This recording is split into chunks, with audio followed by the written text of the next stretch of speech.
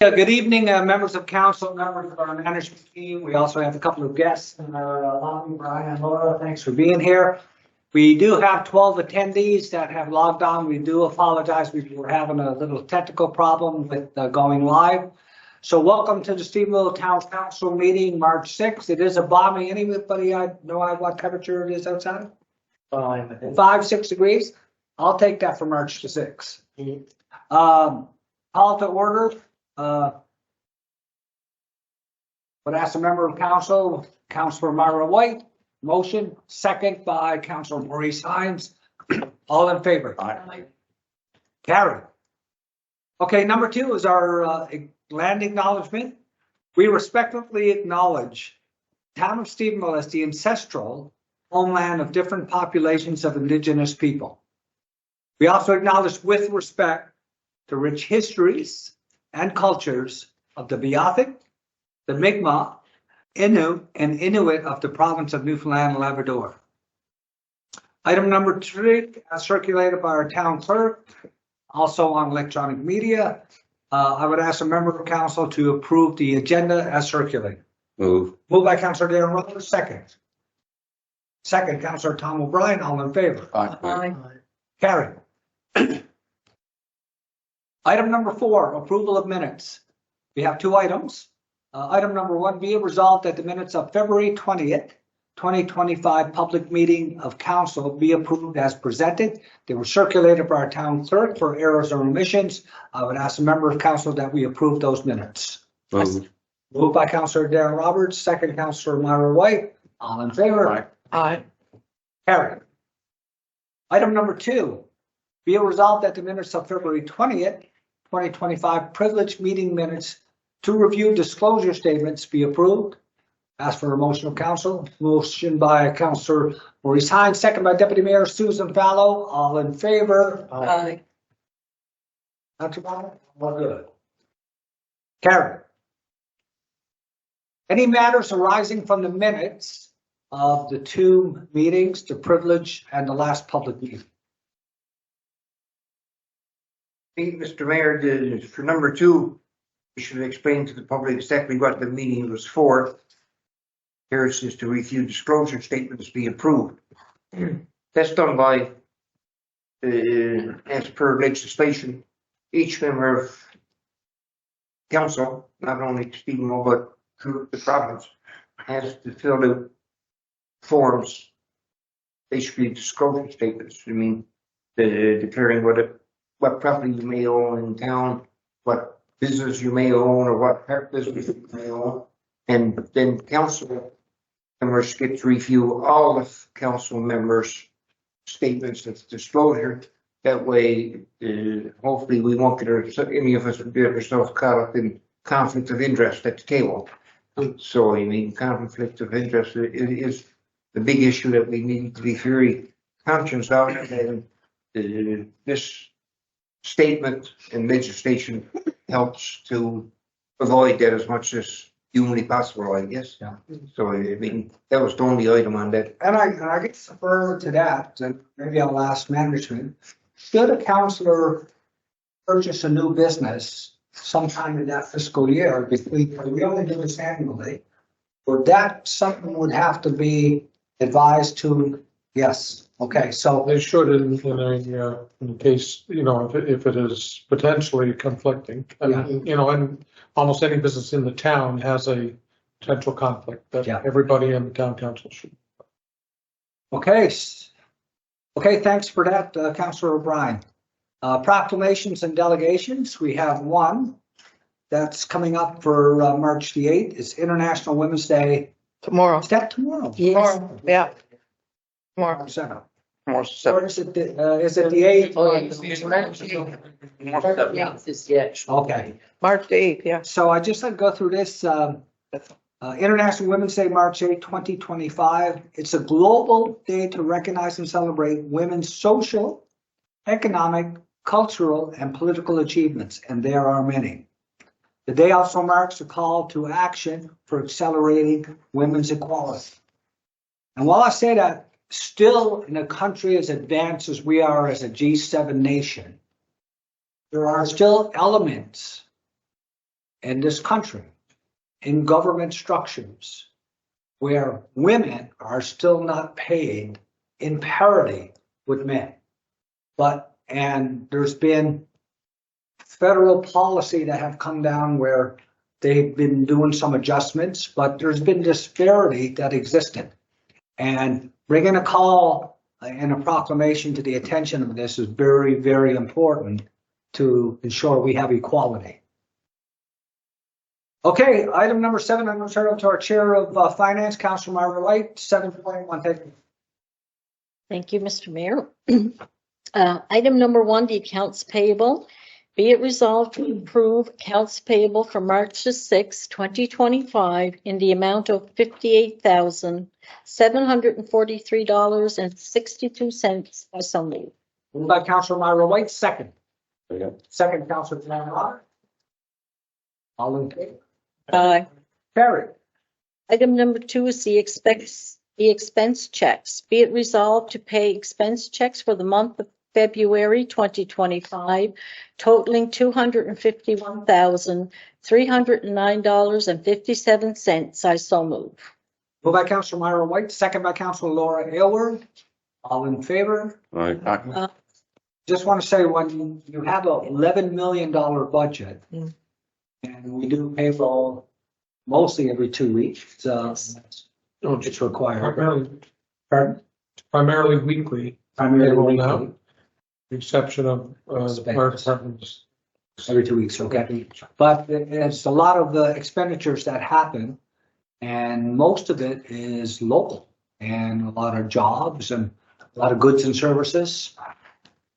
Okay, Item number 3, property tax. Be it resolved to approve property tax write-offs in the amount of $6,240.00. I so move. moved by Councilor Myra White, second Deputy Mayor Susan Fallow. All in favor? Aye. Carried. Item number 4, water and sewer. Be it resolved to approve water and sewer tax adjustments in the amount of $384.00. I so move. Moved by Councilor Myra White, second. Second. Second, Councilor Darren Roberts. All in favor? Aye. Carried.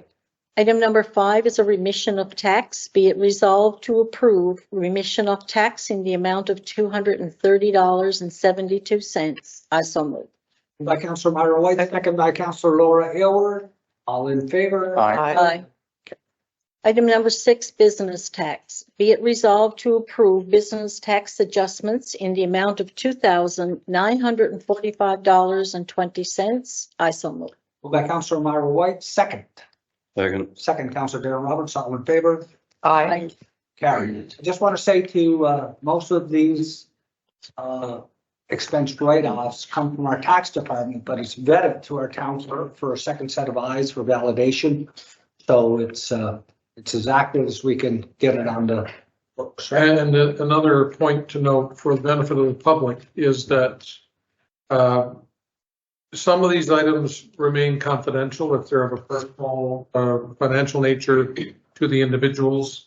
However, all of our financial, like the checks, expenses, stuff like that, are all available for public review. If someone wants to come in and request something specific, they can do that, right? So these are open and public pieces of information. We don't publicize the information of a personal nature just for the sake of confidentiality. But any expenses on things that the town purchases are all available for public review should it be requested. Sounds good. Thank you. Item number 7 is a request for donation. Be it resolved to donate $500 to the 28th annual telethon for Bay St. George Sick Children's Foundation. I so move. Moved by Councilor Myra White, second by Councilor Maurice Hine. Just want to say too, Darren Roberts, I know at our finance meeting you mentioned that you were involved when they structured and set up 20 years ago. Yep. I gave him the correct advice. You know, for 28 years, the volunteers, the sponsors have been helping families. And it's a time when families really need help. Is it 28 years, Darren? Wow. One of the things about it is Engage me, over the last couple say. of years, as a member of Knights of Columbus, a lot of the charitable and nonprofit organizations, the volunteers get together to man the radios and so on. And it's one of those warm and fuzzy feelings that you get for helping. And I gotta say, I have no doubt he'll be there again, former Councillor Doc Gibbons. Yes. He's been there, I'm sure, for 28 years, and poor Mike Tobin, who passed away a couple of years back. They were just structures that were always there, supporting the basic needs of children. So good stuff. All in favor? Aye. Carried. Item number 8 is a request for sponsorship. Be it resolved to purchase a quarter-page advertisement in the 25th anniversary edition of the Veterans Service Recognition Book in the amount of $385. I so move. By Councilor Myra White, second. Second, Councilor Laura Edward. Just want to say it's probably a fitting time to be talking about veterans, as there's so much unrest in the world today. And there's some indications now that enrollment is starting to move up the Canadian military in all divisions of Army, Air Force, and Navy, along the land, in the air, and on the water. And Maurice, with our background, we might have to, we got to step in, like. Yeah, they probably got a senior section there somewhere. This recognition book has pictures in it, a little bit of story of veterans all the way from the First World War up to current serving members. And this is the one thing that the provincial command for the Royal Canadian Legion puts off a year, the one major fund. I got to say, I had mentioned for anybody listening, and especially if you're a veteran or interested in supporting veterans, but the story of Freddie Frida by Earl World War I. He was a young Innu boy in Ethiopia, and the missions up were the Moravian missions. They were run by Germans. When World War I started, his family knew the German family really well. And Dr. Grenfell was recruiting people to go fight for Canada. And they signed up Freddie Frida for one big reason. He was fluent in German. So for intelligence and counter-espionage.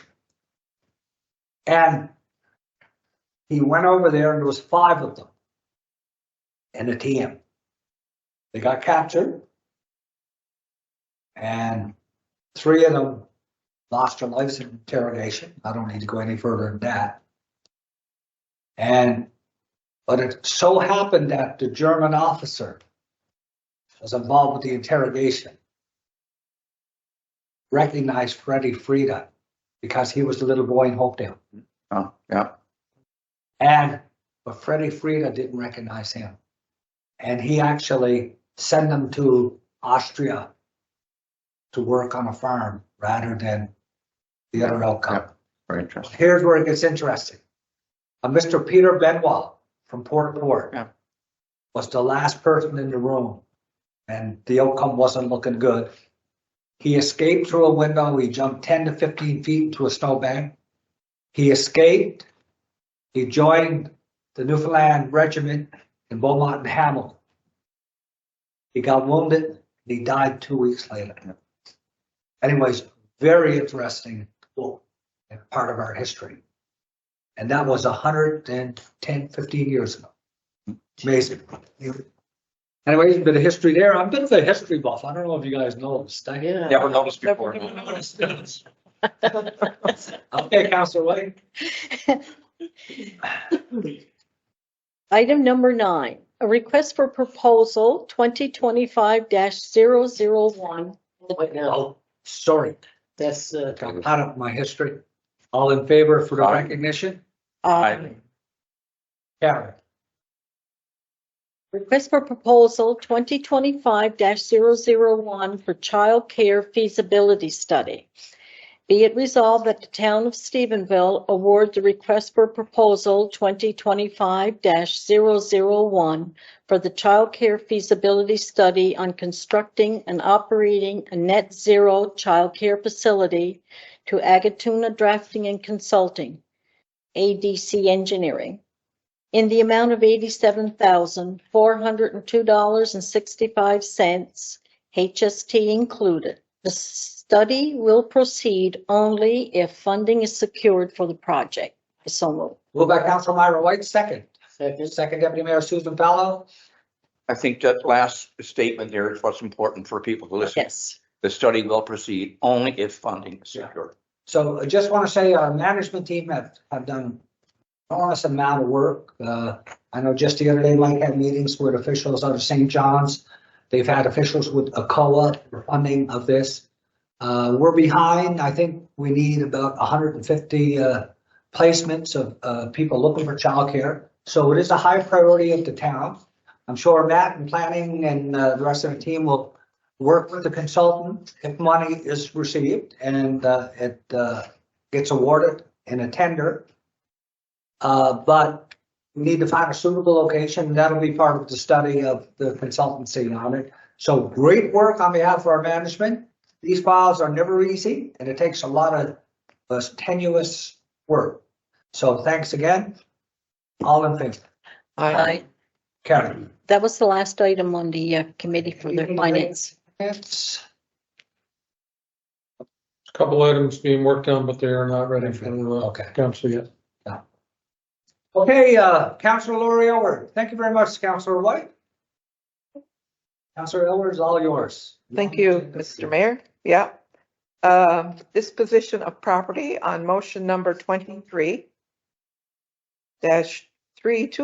the town of Stephenville provided public notice of its intent to transfer 5 parcels of land pursuant to the Municipalities Act 1999, section 2013, subsection 3. Under the provision of the new act, the disposition of property will be advertised. So the motion is to pursuant to Towns and Local Service District Act, section 191, be it resolved that the town of Stephenville intends to dispose 5 parcels of land, area number 37A, 40 Connecticut Drive, area number 37B, 40A of land. Where am I? Lost my Connecticut, 40 Connecticut Drive, area number 37B, 40A Connecticut Drive, and 40B Connecticut Drive. Yeah, I'm repeating myself over and over. 26 Connecticut Drive bypass and 20 Connecticut Drive bypass to MOWI Maui, Canada East Incorporated, whom will be responsible for all related costs. I so move. Moved by Councilor Lori Elward, second. Second, Councilor Morrison. Do you want to just maybe just? Yeah, that explanation is in order. So we're given a bit of a history lesson and it might be relevant for Councilor O'Brien also to comment on this afterwards, but there was a matter which was subject to ministerial approval. The minister was considering it in December and then said, well, municipal affairs called and said, if you don't do it before the Christmas break, there'll be a new act. So it may be moot to do it. And then the new act comes in. So they said, why don't you do it under the new act? Under the new act, the ministerial approval is no longer required. And it was not opposed, but it was just a matter under the new act. The town can do this itself. We advertise it. And as long as we follow the requirements of the act, then these items such as this, which is to do with Maui Canada East, the fish hatchery that they're operating in the harbor area, and a very important contributor to the town's workforce as well as contributor to town from a, property tax standpoint. And all of the lands, with the exception of these parcels, had been transferred in the past. It's just this one was lagging for some reason. Exactly why this one part was lagging, I really do not know the history of it that well, but this was an initiative undertaken by a prior council in making sure that the land was made available for the prior company to Maui Canada East. And subsequently, this final transaction is a required piece to finalize all of the lands that they are using for this purpose. So, and I know Councillor Ryan, you had some involvement in it at the time. You noticed that you mentioned some of the history of the land transfer. Everything you just said is completely accurate, and you've done a good job of explaining it so that the people understand why we're doing this now. This is basically a catch-up game to what actually has transpired in the past. Mm-hmm. So it's And you know, Maui is scaling up to be $100 million facility.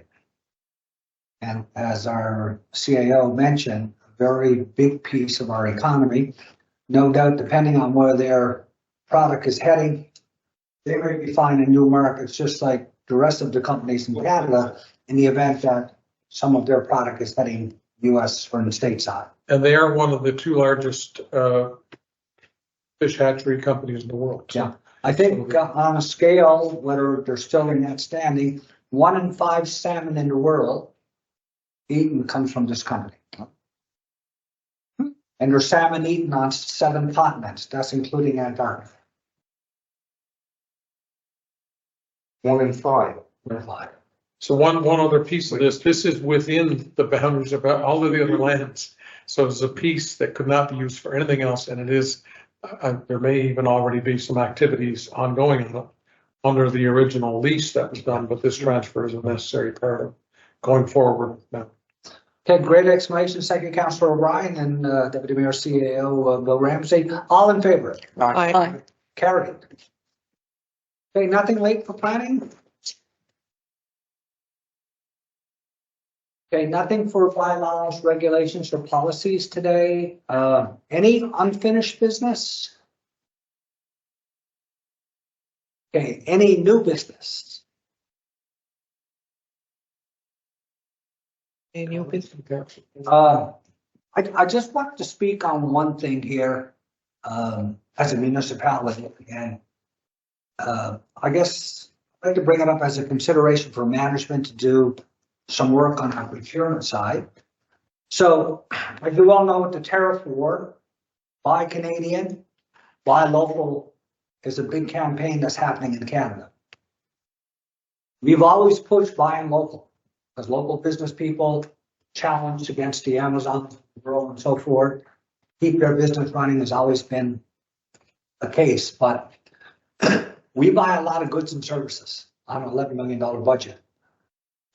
It's a little bit of work, but I'd really like for our management staff, all department heads, to consider sitting down at one of their weekly meetings and discussing where their procurement is coming from, what procurement is coming from stateside or US, can it come from Canada, can it come from some other country? And of course, costs would also be a consideration if you're going to make a change. Something got to come from the US, it's not made anywhere else, you got to get it. But I think provinces, federal government, provincial government are doing their part. But I believe the town of Stephenville needs to do their part too.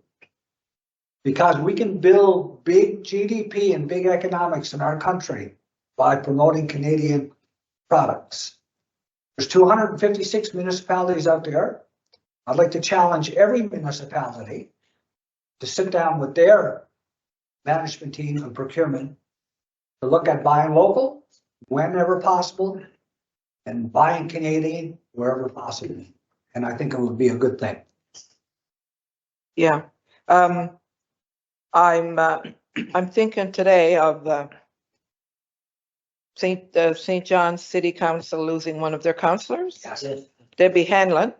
So, I think maybe we could send a letter of condolences to them because, you know, she's been on council there for a number of years, good number of years. Yeah. Just to bring up, I don't even know that one of our former firefighters passed away March the 1st. Egbert Gale, is it? Yeah, Oh, yes, that's right. Yeah. it's true. Egbert Gale. Egbert Yeah, Gale. yeah, I can fire engineer. right. Yeah, that's right. Yes. Good job, yeah. About him being a firefighter. That's right, yeah. Condolences to his family. Yes, that's right. I'm on their street. It just got me thinking, recognizing, anybody that works for public service, public works, but, you know, our fire department staff, when people are running out, they're running in, putting their lives on the line, and it is a very dangerous job. But I don't know if this is something we consider as a member of our fire department retires, could we, I know we do some things for them, but could we look at getting, like, not gold plated now, but maybe bronzed, fire axe done as a memento or something, you know? So we've been discussing matters like this because you'll notice the photographs in the hallway and you know, people who hold the chair of the mayor, all of our people who are public servants with town, as they reach certain milestones, it should be recognized with a prescribed 5-year, you know, and I think within the government of Newfoundland, they use a 5-year pin, they do a 10-year, you know, every 5-year anniversary, they do something like that. Likewise, for counselors at some time in the past, we need to recognize the service that people are giving of their time to be here and do this. So, you know, and it can be something as simple as a pin, a plaque, a watch, whatever. You've done that for years. Yeah. And I think it might have fallen Yes, we by did. the wayside, so. Yeah. Years. On certain anniversaries. Mhm. So I've mentioned it but I can find no actual program written up anywhere, I suppose. It's just a matter of someone paying attention to it and knowing when these milestones happen, and then we can make the appropriate arrangement. Yes. Definitely. I want to point out too that the Stephenville High School girls basketball team are hosting a provincial tournament this weekend. Starts tomorrow morning. The girls play at 9, but I think there's 6 or 7 teams here from outside, from Labrador and from across the province. So there should be some good basketball happening Friday and Saturday for sure. Anyone that can get out and support them. And our Stephenville Lightning did pretty good against Corner Brook. Yes, they did. 4-2, that series. So what's the standing now, Councilor Roberts? You know? Are you playing Deer Lake the weekend in Deer Lake? They're 2-2 back. So we got to wait now, not this week, but next week. Steve will get back here. And we had a full attendance last Look to be. week. She was blocked. That was the last time we had that. And I was sitting in the Cormac section. That's how brazen I am. Traitor. Traitor. That's what happened to your, They have someone there on that later. yeah. Probably, bro. And we have someone at the Briar too for the curling that's so busy. Yeah, Ryan. Yeah, that's what they were, yeah. Lambswood. Yeah, Ryan is there. Ryan Lansman, yes. Sarah. Because you and his team Scotty. are unbeatable at this point. Yes. And, that's pretty impressive.